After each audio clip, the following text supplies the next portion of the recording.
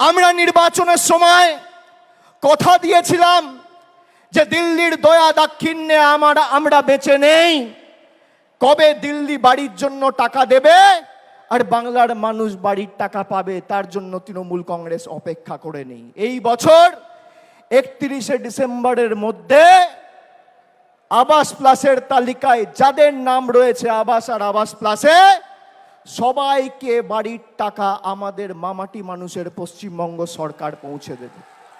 আজও একই কথা বলছি, 31শে ডিসেম্বরের আগে আবাস প্লাসের তালিকায় যাদের নাম রয়েছে সবাইকে তৃণমূলের সরকার বাড়ির টাকা পৌঁছে দেবে।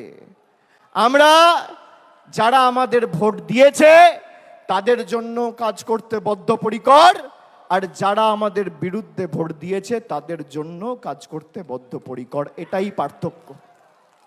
আমরা মানব সেবায় বিশ্বাস করি, আমরা ধর্ম বাড়িতে করি, আমরা মসজিদ মন্দির গুরুদ্বারায় বাড়িতে পুজো স্থানে ঠাকুরের ঘরে বসে ধর্ম করি।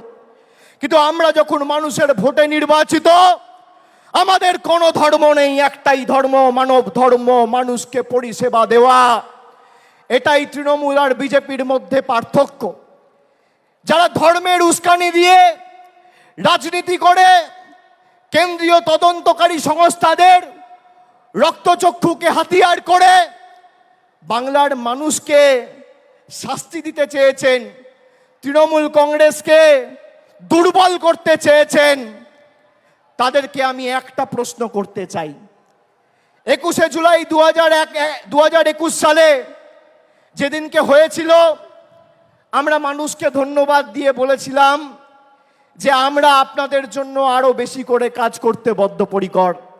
তার এক বছর পরে 21শে জুলাই 2022 সালে 21শে জুলাই যেদিন হয়েছিল তার পরের দিন পার্থ চ্যাটার্জির বাড়িতে ইডি রেড করে তাকে গ্রেপ্তার করে।